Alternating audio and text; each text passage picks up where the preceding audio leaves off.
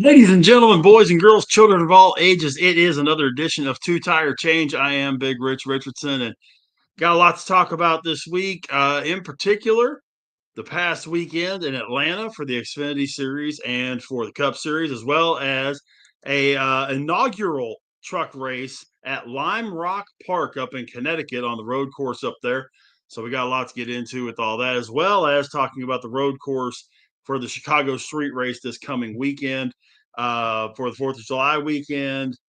Lots of craziness going on around the NASCAR circuits as we speak. So it's going to be a lot to get into today. Dylan's over there next to me. But, first things first, we got to get into is this truck race. And then we'll start talking about the fun and excitement in Atlanta because Lime Rock Park in Connecticut, gorgeous facility. If you had a chance to watch the race yesterday, beautiful facility, very nice scenery all the way around. And that was pretty much what everybody was checking out was the scenery because Corey Heim led 99 of the 100 laps on the mile-and-a-half road course for his 5th win of the year, 16th win of his career. The only lap he didn't lead came on a restart with 5 laps left after Matt Mills ran off course.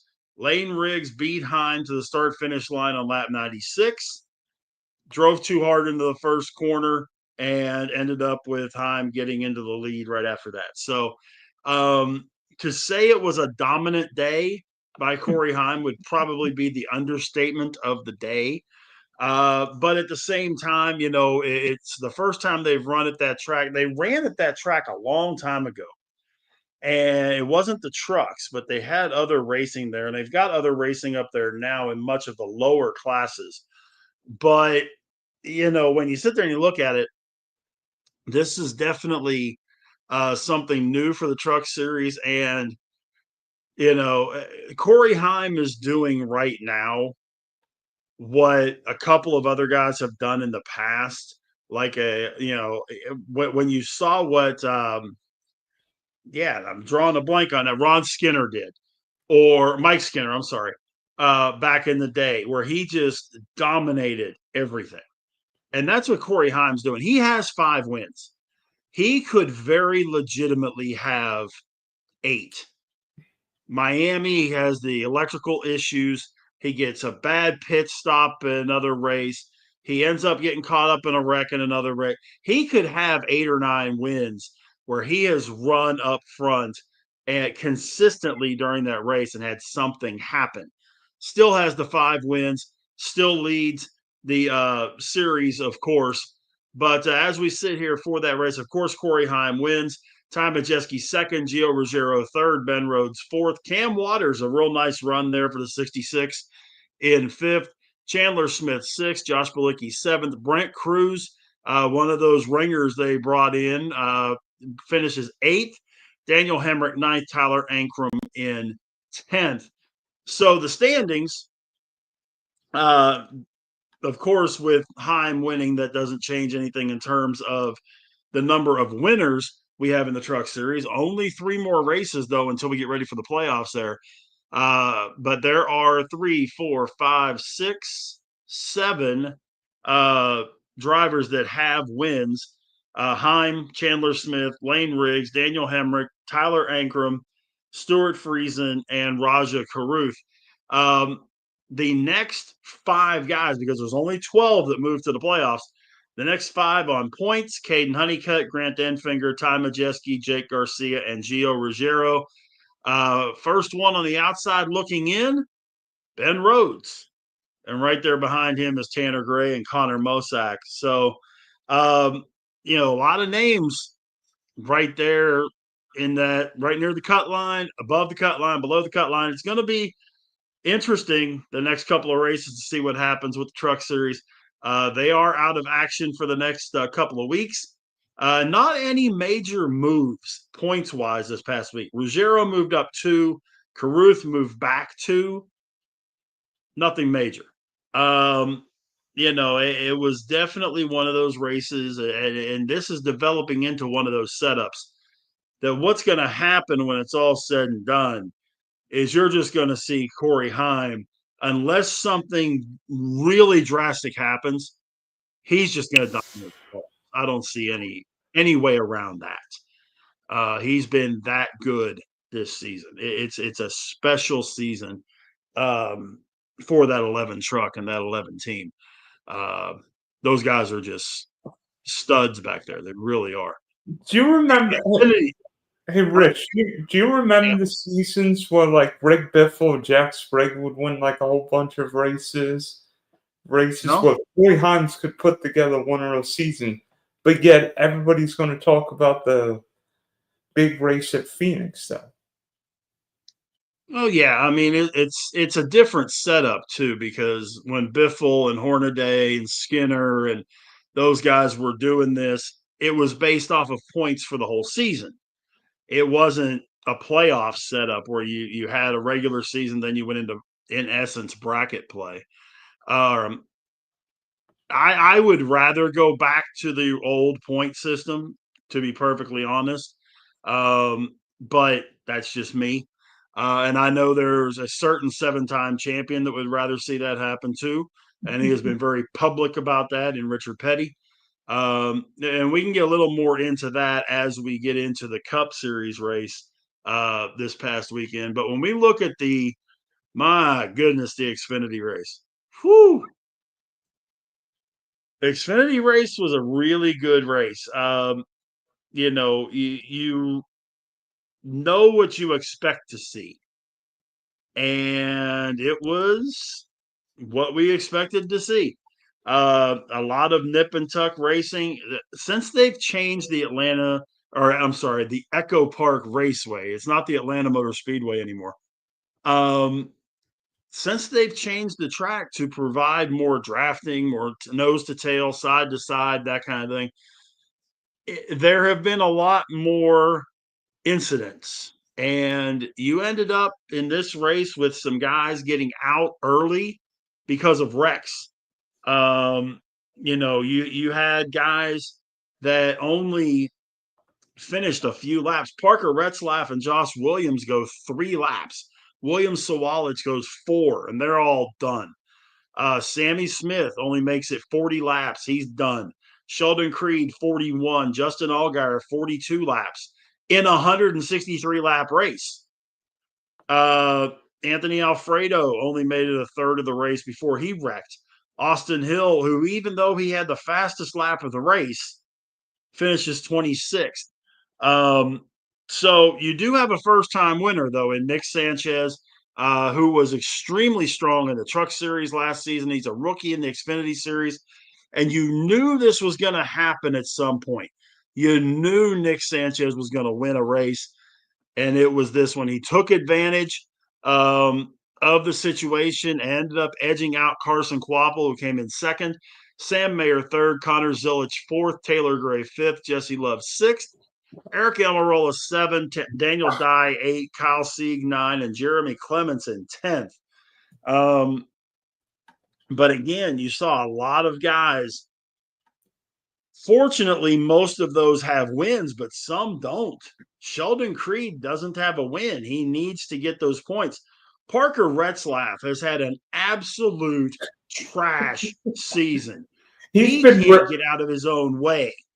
It seems like he wrecks every single week, and it's not his fault 90% of the time.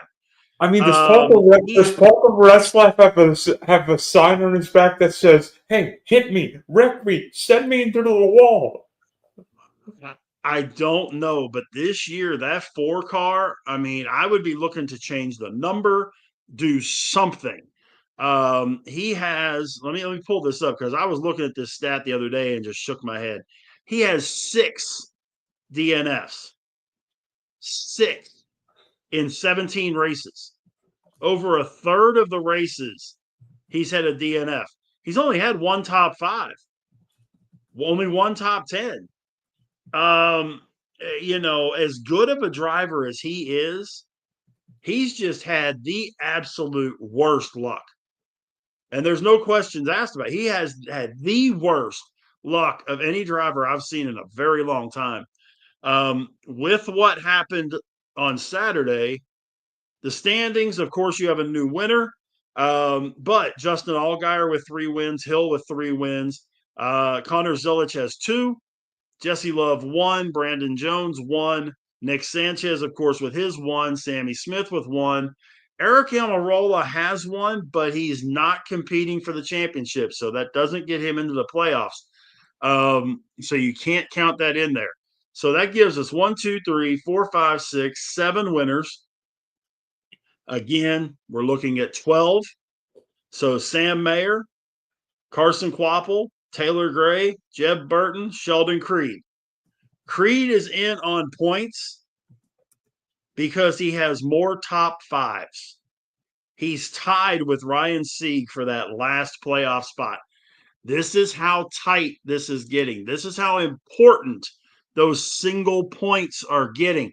When you see guys get into a wreck and they get back out there because they need to get those couple of points. When you see a guy that makes a pit strategy because he needs to get those stage points, that's the part of this stuff that you really, that's the part of this that I like. The strategy of it, I like. There's got to be a way to take it, though, and incorporate the stage system into the season-long point system instead of having the playoffs. There's got to be. It can't be that difficult. It cannot be. You're not building a rocket. It as former professional wrestler Kevin Sullivan used to say, you ain't building a rocket. You're trying to just establish something. It ain't that hard. So hopefully somewhere, somehow along the way, we can get this all figured out and take the good parts of what the current system is, turn it into a proper system that goes along with the good stuff from before. But a really fun Xfinity race on Friday night. And I'm a night race guy. I like night races. This is the only night race, only scheduled night race of the season. Blew me away when I saw the schedule.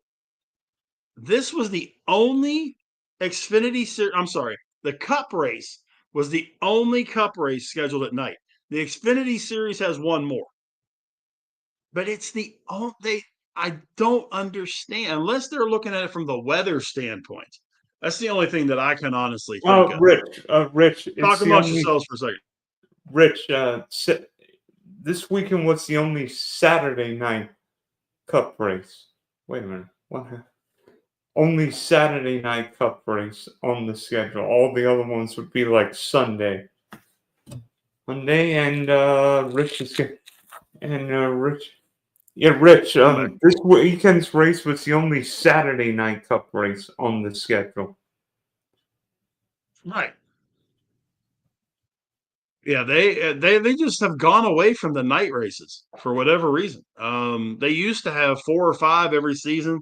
They would always make sure one of the Bristol races was a night race. They would do, they would have other night races during the Daytona race, the second Daytona race, when it was the Firecracker 400. They would run that race at night. The day race, the Daytona 500, of course, will always be a day race, but they would always run Daytona 4th of July weekend, and it was always a night race. So they could blow off the fireworks after the race and all that good stuff.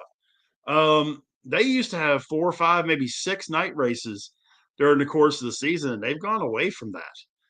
Well, a lot of these races are like day-night races now. I mean, Charlotte's day-night race, Nashville. Well, yeah, but that does and that's another one of those things that they do for television, I think.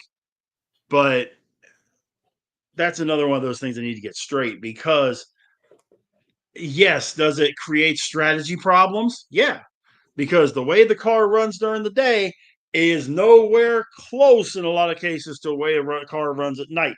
See the Coca-Cola 600. Ralph Chastain, anyone?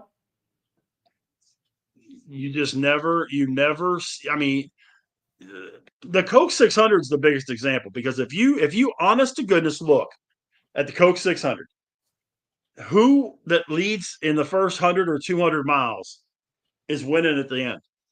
Not many. Saturday night in Atlanta, Joey Logano on the pole. I'll tell you what, Team Penske had the qualifying nailed down. Logano and Josh Berry, who runs for the Wood Brothers, but has a Penske engine in his car, they were the front row. But two Team Penske cars, Ryan Blaney and Austin Cindric, second and third, or third and fourth. Ryan Preece and Brad Keselowski made up row three, both from RFK Racing, again, Fords. Cole Custer in seventh, Ford. Zane Smith, Front Row Motorsports, Ford. And then the first Chevrolet was Alex Bowman, who qualified ninth from Hendrick Motorsports, and Chase Briscoe from Joe Gibbs Racing in the Toyota was in the 10 spot. Ford just straight dominated qualifying for the Walmart 400 or Quaker State 400 presented by Walmart. But at the same time, ain't the way the race figured out.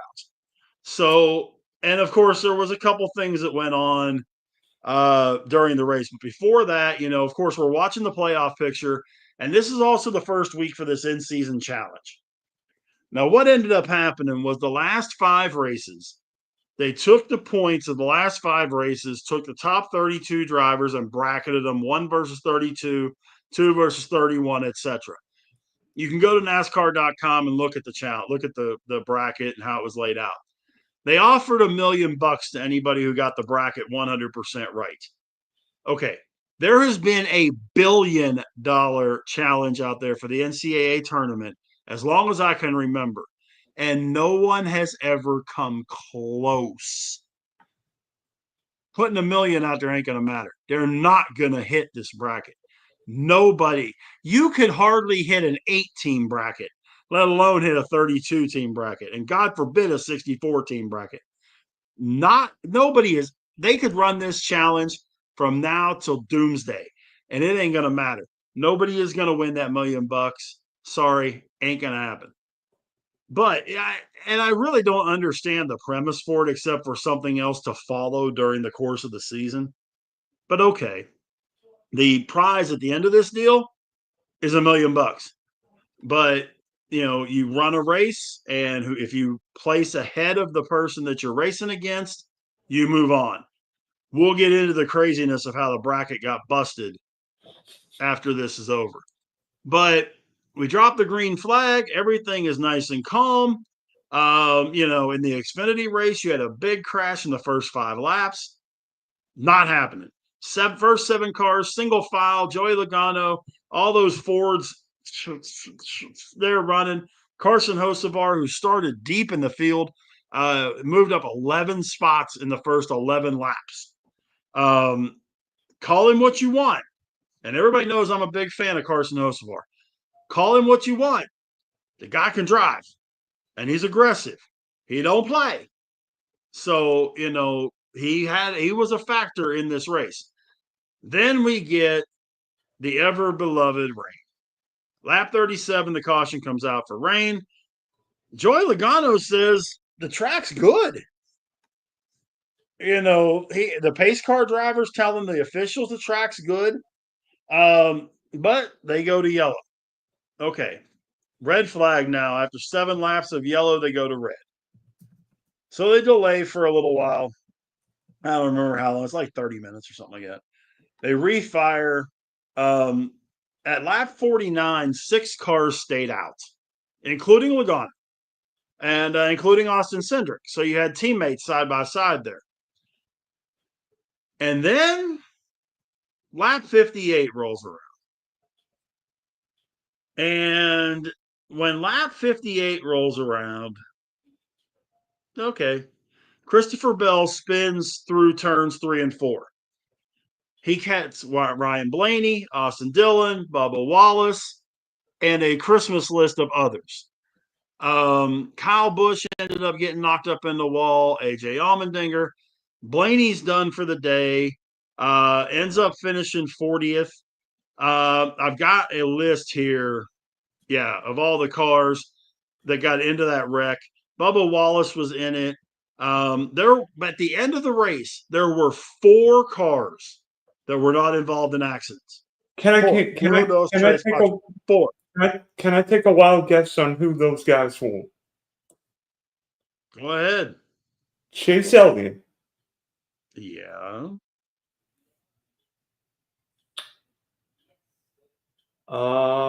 Was Chris Buescher one? Yeah. Um,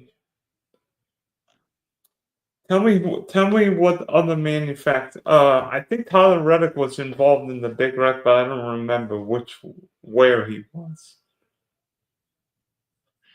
Yeah, he was involved in one of them. Um,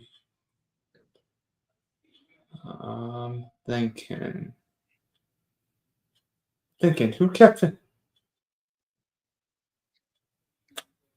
Ty Gibbs? No. Oh, Nope. He got dinged up in one of the wrecks.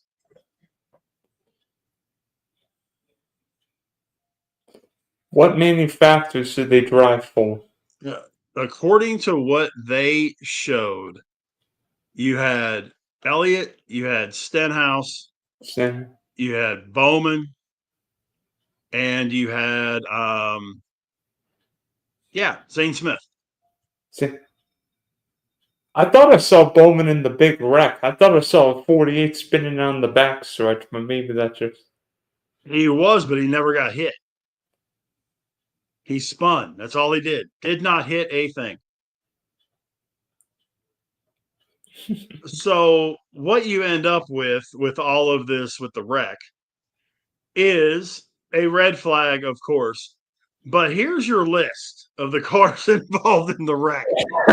Denny Hamlin, John Hunter Nemechek, Ross Chastain, Noah Gragson, Joey Logano, Josh Berry, Austin Cindric, Daniel Suarez, William Byron, Brad Keselowski, Carson Hocevar, Chase Briscoe, Kyle Larson, Kyle Busch, Justin Haley, Corey LaJoie, BJ McLeod, Ryan Reese, Ty Dillon, Cody Ware. I would have been better off telling you who wasn't in the crash You should than have who heard. was. You should have heard Larry McReynolds and Jeff Furden on 2TV talk about who wasn't involved in the big one.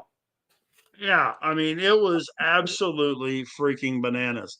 Um, and the craziest part of it is the one who cries and moans the most about Rex started it. Denny Hamlin.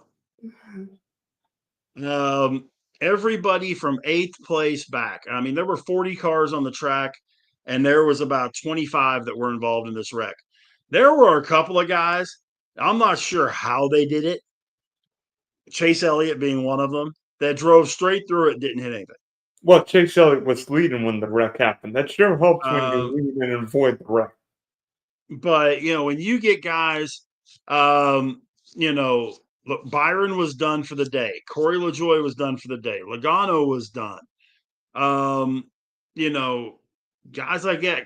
Ty Gibbs was another one that he made it through. He got a little ding, but he shot right through it. So they end up going back to green at lap 77. And Gibbs is out front ahead of Chris Buescher. Um, and Keselowski, Larson, and Kyle Busch are all back out on the track. They're still on the lead lap. They got back out fast enough. A non-winner getting the first victory of the season was really possible because of all the guys that were already out. And I mean, we're only a third of the way through the race, and everybody's getting squirrely. So lap 104, Ricky Stenhouse kisses the wall. Gets into it with Eric Jones in the wall. Ripped up the toe link on the car, went in the back. He did get back out there, though, believe it or not. They got it fixed and got him back out there. Riley Herbst lost control right next to Chase Elliott. He was cruising along. Next thing you know, boom, he loses control. And all I could think of was, don't take Elliott with you. And he didn't. But he did take Todd Gilliland with him after he hit the wall. Alex Bowman goes to the lead. Him and Tyler Reddick are first and second. And then, that's kind of how stage two wraps up with Reddick first, Elliott second, Buescher third, Bowman fourth, Jones fifth, Ty Dillon sixth, SVG 7th, Nemechek 8th, Zane Smith 9th, Keselowski 10th. Very close between Reddick and Elliott. They're right at the end of the first or second stage. Lap 177, Shane Van Gisbergen just spins through the front stretch. He got tapped, spun through the front stretch, hit nothing. Now, he tore up the infield pretty good, but he didn't hit anything, didn't hit anybody. Caution's out. There were a few cars that stayed out, like Bowman and Keselowski and Elliott, but most of them came in for gas and tires. So now we get up to 185. Bubba Wallace, who finally got himself back on the lead lap, spins down the backstretch, hits the inside wall head on, and he pretty much cooked himself for the rest of the day. Elliott, Reddick, Keselowski, and a bunch of other guys come in for fuel mainly so that they don't have to worry about gas the rest of the way. Tyler Reddick got penalized. There weren't a lot of pit road penalties today or Saturday, which is good because there's been a lot of them. But Tyler Reddick got hit for one for going through too many pit boxes going into his pit. So that cost him badly, actually. So lap 194, Ryan Preece is out front, leads Ty Gibbs. Chase Elliott is in the low in the inside lane, and he was running really well. It didn't matter. He could have been running the grandstand, and he would have been running fine. Eric Jones ends up spinning on lap 196, brings out the caution. Chase Elliott had just gotten into front. Bubba Wallace comes back out. He's running. He's 2 laps down after the contact, and his car looked horrible. Lap 201, Chase Elliott's holding on to the lead. Brad Keselowski's in second. David Starr on lap 203 brings out a caution. He stalled out on pit road. So Chase had just been passed by Keselowski when the caution waved, but Elliott had the lead at the last timing station, so Elliott hangs on to the lead. Keselowski and Buescher both ran really good, and they teamed up a little bit. Keselowski gets ahead of Elliott. They kind of exchanged the lead a bunch of times. Justin Haley and Ty Dillon. Boy, Ty Dillon had a heck of a race too. Yeah. Haley and Dillon are pushing each other, and then you have Dillon push Haley a little too hard while they were trying to side draft. Haley spins. Keselowski's in the lead over Elliott at that point. And you hated to see that for Haley because he was running so good. So it was rough to see that happen to him. Keselowski stays in the lead. We get up to lap 252. Alex Bowman and Zane Smith are now trading the lead up front. Ricky Stenhouse and Keselowski are right behind. Elliott's coming back though. And at the end of the race, you could tell this was Elliott's race to lose because of the way he was coming through the field. And when the move that he made coming out of turn 3 and passing 3 cars at once, and then sliding up and passing another one to take the lead, it was over. The only thing that I think could have messed him up would have been if there was a caution. So you didn't have that. So you end up with Chase Elliott winning the race. And Bowman got up there too. Fantastic last 20 laps. I mean, you hope that they run like that, and they did. A lot of times you see another wreck happen in those last 4 or 5 laps because somebody gets a little overly aggressive, taps a little too hard going into the corner, gets tight, gets loose, whatever. And that tight racing, and they end up having an issue. No issues. Ran great. Elliott, as good as he's run a lot of times this season without getting the checkered flag, was glad to see he got it on Saturday night. Real good race for I him. think I think Chase Elliott owes Alex Bowman a beer for the push he made getting by Brad Keselowski at the end of the race. Oh, Because I'm of that. sure. I'm sure. And, that's one of the benefits of having teammates out there. Just like what Keselowski and Buscher were doing earlier in the race. Uh, so it ended up Elliott, Keselowski, Bowman, Reddick, Jones, Stenhouse, Zane Smith, Ty Dillon, Chris Buscher, and Carson Hocevar is your top 10. Connor Zilich, real nice run for him. Came in 11th. Ryan Preece, 15th. Kyle Larson, 17th. He was part of that wreck at the very beginning. Michael McDowell got up in there, and then he started getting loose.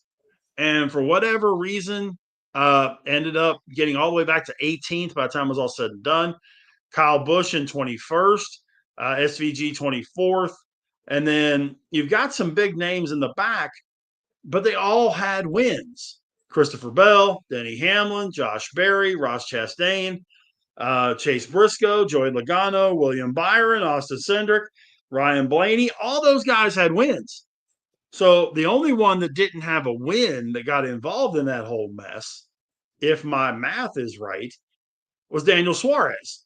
But all those guys, I mean, when you looked at the screen and they show the scroll of the standings during the race, the whole last page, out, out, out, out, out, out, out, out, out, out. I mean, David Starr, who had no business placing as high as he did, to be perfectly honest, ended up 29th. And he had that wreck. He had that wreck at the end of the race, but he was running good enough. He had a top 25 car with the way the race was going. Well, yeah, but David Starr set a mark that can only be touched by Dale Jr. if he does it this year. Okay. David Starr has been in a NASCAR Premier Series race, meaning either trucks, Xfinity, or Cup. Been in at least one race every year since 1996. 30 years. It's pretty impressive. Pretty impressive. Although to be honest with you, I think David Starr should have been black flag about on lap 10 because he was lapped like 15 laps in 25, 30 laps in the race. Yeah, I mean, it seemed like he ended up running okay. I mean, he was staying. Yeah, the field was 90% of the field was wrecked. No. But anyway, now the fun is really going to start because I made a statement before the season even started that we were going to have 17 winners and that somebody that won a race was not going to make the playoffs. And I really thought that I was going to be very wrong. And then the last 8 weeks happened with 8 different winners. So we have Larson, Hamlin, and Bell. All 3 of those guys have 3 wins. Byron, Elliott, Blaney, Chastain, Briscoe, Logano, Cindric, Berry, 11 winners. I'm sorry, 12 SVG. 12 winners. We have 7 races until the end of the regular season. Can we get 5 different winners in the next 7 races? Yeah. I mean, you've got 3 road courses. You got Daytona. You got Indy. So, and we all know a race like Daytona is a complete crapshoot. It could be anybody. We know that Indy could. I mean, it's not the Indy is not the aerodynamic determining race that Daytona is. It's a handling track, but you never know who's going to pull that one off. 3 road courses. And when you look at the road course gods, that haven't won a race yet, like AJ AJ Allmendinger, Allmendinger, Daniel Suarez, Tyler Bo- Reddick, guys like Bowman, that, Bowman. Bowman. 300 guys are in. You don't think Bowman's catching all kind of crap right now? For that 300 matter, guys are in. The for only that one matter, that's not. for that matter, you think Ty Gibbs is probably getting a bunch this week because he hasn't won a race at all. Yeah. And I mean, then when you look at the standings, besides those 11 guys, okay, in on points today, Tyler Reddick would be 12th, Chris Buescher 13th, Bowman 14, Bubba Wallace 15, Ryan Preece 16. Preece has a 26-point lead over Eric Jones, who is the first guy out. Then it's AJ Allmendinger, Carson Hocevar, and Kyle Busch. Kyle Busch is another one. Hadn't won a race yet. Michael McDowell hadn't won a race yet. Brad Keselowski hasn't won one in 3 years. He's due. There's guys out there that can win races. It's just a matter of how is it going to play out. Chase Elliott, of course, was one of the big gainers, actually the big gainer. Moved up 3 spots in the standings. So did Ricky Stenhouse. So did By the Brad way, Keselowski this week. so The Rich, did you forget SVG won Mexico a couple weeks ago? No, I had him in there. I think we have 12. I think there were 12 winners now. Did you? Yeah, I had him at 12. Did you He say was the last one I messaged.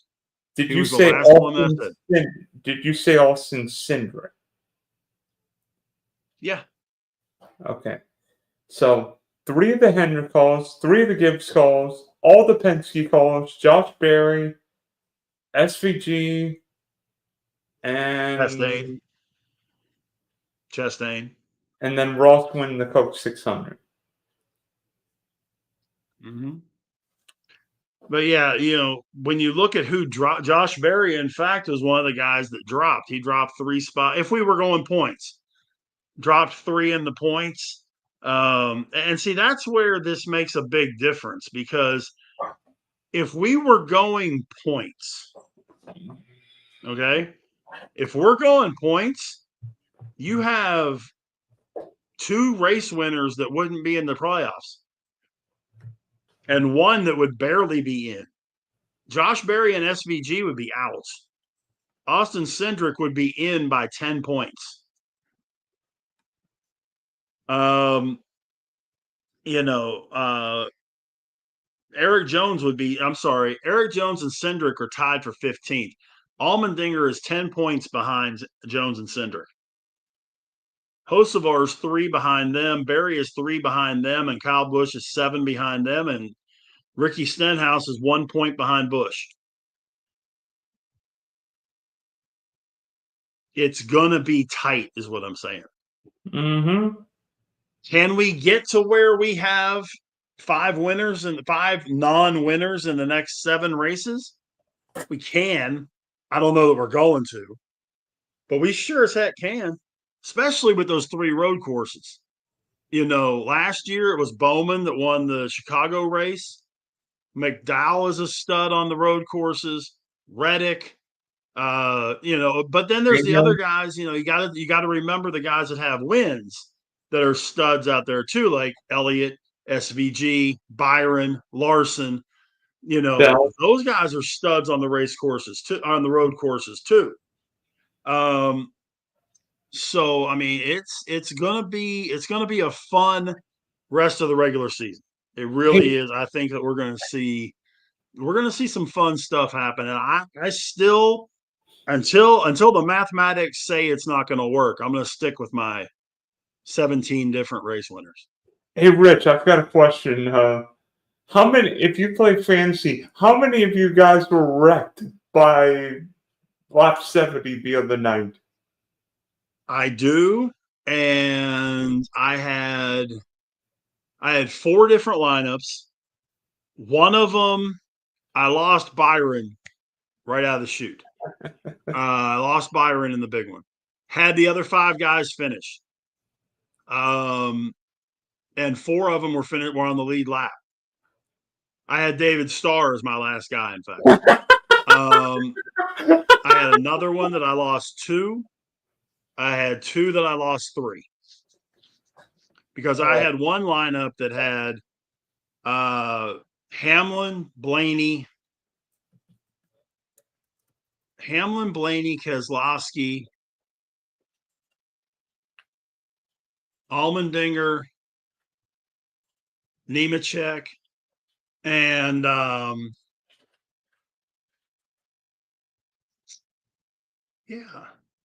Bubba Wallace. So yeah, I mean, I didn't do what some people did. I had a friend of mine send me his lineup that he had 5 of his 6 guys in that big wreck. I got a grand total of 86 points for my fantasy team on Saturday night.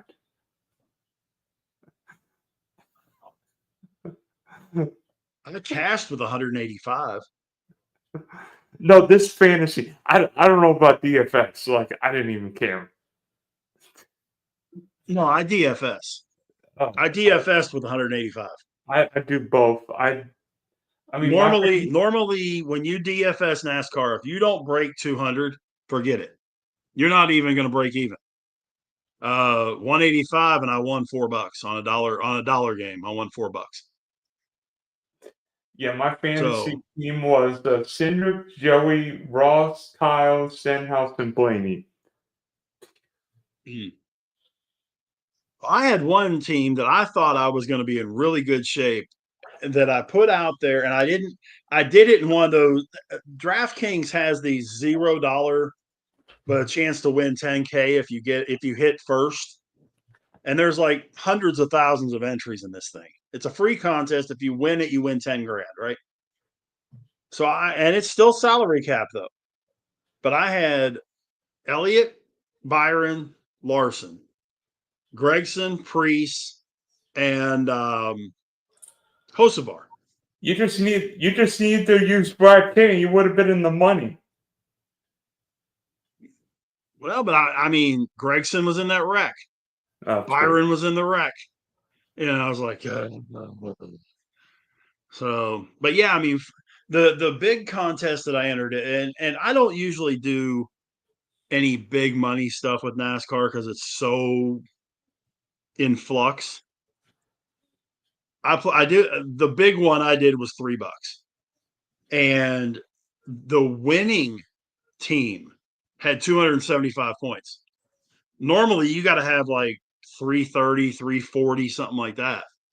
But again, with all those guys in the back of the field, because I will bet you any amount you want to bet that every lineup out there had at least one, if not more, of this combination: Christopher Bell, Denny Hamlin, Josh Berry, Ross Chastain, Daniel Suarez, Chase Briscoe, Joey Logano, William Byron, Austin Cindric, Ryan Blaney. I will bet you everybody had at least one, more than likely 2 of those guys in their lineups. I will bet money on that. So, but the in-season challenge, we were talking about this a little bit. The brackets are completely busted. NASCAR.com has already said there are no perfect brackets anymore after the first round. But when you look at the fact that, Denny Hamlin was facing Ty Dillon, well, Ty Dillon beat him. That was the 32 versus the 1. There were only 8 higher seeds that won: Bowman, Wallace, Elliott, Busher, Gibbs, Priest. Who am I missing? Did you say Walton? Bowman won, Wallace won, Elliott. Oh, and Nemechek. Okay. Those are the 8 got higher seeds that won. The craziest part to this whole thing, Noah Gragson knocked out number 2. He was the 31. The top 4, the top 5 seeds, 3 of them are gone. The only two out of the top five that are still in are Chris Buescher and Chase Elliott. And I think Gibbs that at 6, Bowman and Wallace at 8 and 9, Nemechek at 12, and Priest at 15. That's it. So this week's matchups, you got Ty Dillon and Brad Keselowski, oh god, Alex Bowman and Bubba Wallace, Nemechek against Elliott, Eric Jones against Ricky Stenhouse, the 20 versus the 29 seed, Zane Smith and Chris Buescher, Ty Gibbs and AJ Allmendinger, Tyler Reddick and Carson Hocevar, 23rd versus 26th, and then Ryan Priest versus Noah Gragson. Okay. And I mean, every one of those is a flip and coin flip. Every freaking one of them. Every freaking one of them. So, but when you look at it, it's going to be all right this week. You got those matchups on the road courses, and somebody like AJ Allmendinger has definitely gotten it. Well, I mean, he's racing against Ty Gibbs. Bowman's got an advantage over Bubba Wallace. So we'll see how that all plays out. Chicago street race. If weather holds up, we'll be okay. But the big thing is going to be, that you have Xfinity and Cup are going to run Saturday and Sunday. They do have the wet weather tires that they can run. I'm not the biggest fan of the street race. That's just me. It seems I keep waiting for something crazy to happen. And by crazy, I mean like stupid crazy. Like some moron gets instant alcohol and jump over the rail or whatever.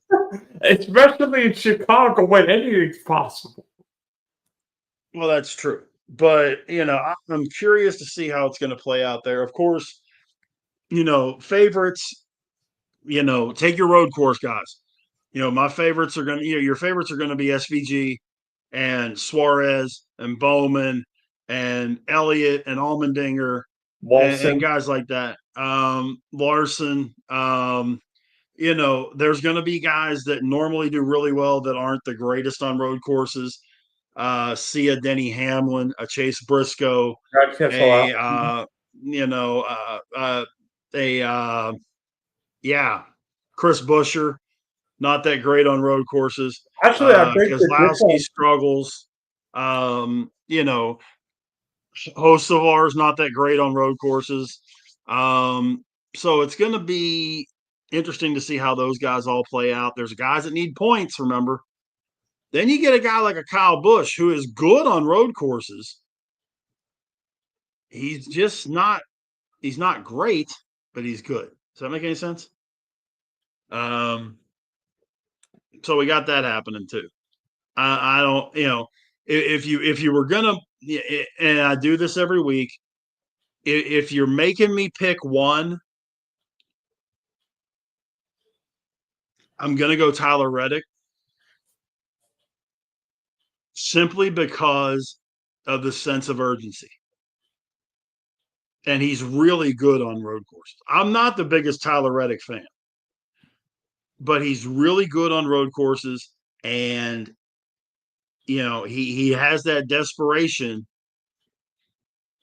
of needing to get that win. He's got points right now, but he doesn't want to take that chance of falling backwards. So that's why I say that. Well, one other thing with Reddick, he's got some demons from last year. Probably should have won the race, not hitting the wall in the last lap. And I think a win's coming for Reddick. I mean, that driver's way too talented without a win, but, big guys can miss the playoffs. I mean, Well, and that's the thing. You've got a lot of guys that are really good drivers that don't have wins yet. That, he comes in 5 minutes before we go off. What's going on? Not much. Can you hear me? Yeah. Alright. So did you actually watch the race this week? Yeah. I almost forgot it was on a Saturday. Did you watch the F1 race? Yep. It was, think so. it was. I heard your boy didn't do anything. Oh, he was out turn 3. Some rookie came and dive bombed him. Yeah, that was dumb. That was dumb. Well, Hey, if it was George Russell, Max would have had a penalty the point. number one question I got for you, and I wanted to ask you last week, but you didn't pop on. Or 2 weeks ago, I'm sorry, you didn't pop on. Have you seen the movie yet?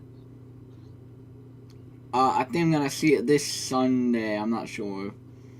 I mean, I'm gonna see it soon. Okay. I have a friend of mine. I've told you a little bit about her. She's a monster F1 fan, has been a huge F1 fan as long as I've known her, and that's close to 20 years. Big Ferrari fan. She was at the premiere in Dallas when it came out. And she said it was absolutely fantastic. And the crowd was great. And the theater itself, they did it at the, what the heck is that thing called where it's like you're in the stadium? They've got one in LA and one in Dallas and one in Chicago. And what the heck is that called? It's like closed circuit. It's like closed circuit, but it's like you're at the facility. Damn it, what's that thing called? They do it for like the NBA games and for WrestleMania and all that. If someone knows, please hit us up I can't think of the name of it. But anyways, but she said that the movie is fantastic. She said all the imagery and all that kind of stuff, just the whole thing, the story was really good, all that stuff. So you'll have to give us a review whenever you see it. Yeah, one of my main concerns with the movie is it was filmed on circuit, so I've seen a lot of stuff on Instagram about it, and it looks very unrealistic. Like that one crash scene where I think he crashed in Silverstone, he got out of the car and fell over. Nah, that's not happening in real life. Like in the trailer. You mean you've never seen anybody get out of the car and fall out? No, what he did is he got out of the car, walked on the track, and fell over. Like that. I've seen it happen in NASCAR. I've seen it happen in NASCAR. You get your bell rung, man. I could believe that happening. I could believe that happening. They're talking about making a second Days of Thunder. I heard it was going to be a collaboration with the F1 movie or something like that also. I think some of the guys that were involved with the F1 movie are supposed to be involved with this, but they're just trying to get the people lined up because I know the number one guy that they're wanting to get involved with this thing is Jeff Gordon. Which would be fantastic. Of course, that's my guy. So he would be really good with that.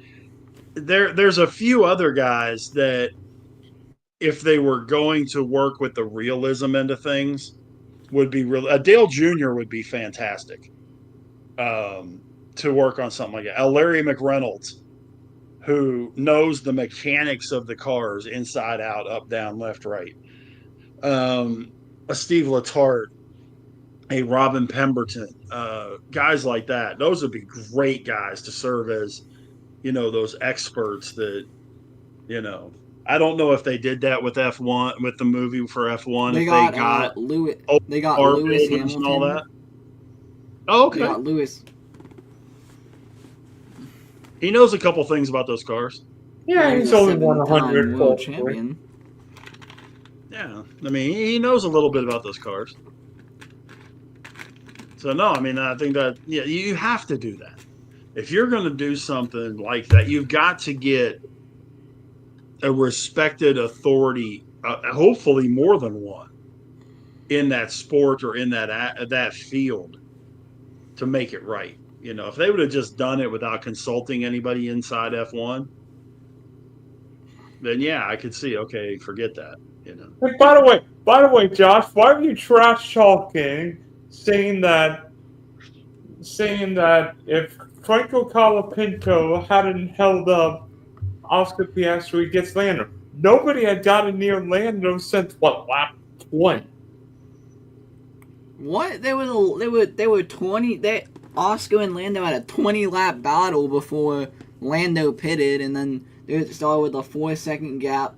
Piastri was obviously quicker. He had later in the race it was a 5-second gap down to a 3-second gap in like 12 laps. So Piastri was on pace to catch Lando, but because of Franco Colapinto shoved him off track. That kind of slowed momentum and made it a 4-second gap that he just couldn't cut. Well, Lando was dealing with lap traffic. I mean, he was dealing with Alonso and Liam Lawson on the last lap.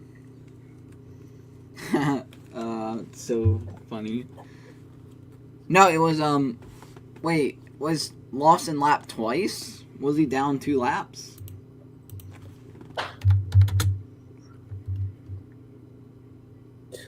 Larson? No, Liam Lawson from the F1 Lawson. Yeah, was he lapped Sorry, twice? my Kiwi should be better, mate. I know. No, Liam Lawson was on the lead lap. I don't know if he was or not. It doesn't matter now. He got P6 anyway, which was a great result. I'd rather be driving that old B call than the Red Bull call, because even if Max would, the Red Bull call. Max would be dominating V-call web. Well, Max would drive in the McLaren. He'd be kicking everybody's butt. So do you think he'll go to Mercedes? I don't know. I mean, the last time Max and George Russell fought, it was Can't Miss Entertainment in Barcelona. Well, Max would be replacing George. Him and Kimi would be a very good duo next year, I think. I don't know if Max and George would have enough competitive testosterone on that team. Maybe. I don't think those two would handle each other. Anyway, Rich, I know you gotta talk about this tomorrow, but I just want an early insight. What do you think of this Steelers-Miami trade? Yeah, that's definitely something that everybody's going to have to check out tomorrow night and Wednesday night, actually, to get my thoughts and opinions on that. I'm going to play teaser on that one. I definitely am going to leave it out there. I will say this. It was an interesting move. I'll leave that out there as the teaser. But yeah, I'll get into all that tomorrow night and Wednesday night, especially with me and your dad on Steel City Sports Talk. So, but guys, it's about time to wrap this thing up. Appreciate you guys being a part of this thing. Appreciate everybody that's been listening, watching. Check us out at Driving to the Top Productions on the YouTube page. Like, subscribe. Give us your opinions, your thoughts, your questions, man. We love to hear from all of y'all. Check us out on our social media platforms, our individual platforms. You got Dylan's there at Dylan Sports 1. Mine is Big Rich 8371 on Twitter, X, whatever we're calling it this week. Facebook, it's just my name, Rich Richardson. Any final thoughts, guys, before we get out of here? No rain in Chicago, please. No rain in Chicago. I would certainly prefer they run on regular tires than all weathers, yes. Yes. But until next Monday, everybody have a great 4th of July weekend. Please stay safe out there. It's not you I'm concerned about. It's those other morons out there that are drinking and driving. Please be careful out there, folks. And until next Monday, 7 Eastern, 6 Central, right here on Driving to the Top Productions. My name is Big Rich. So long, everybody.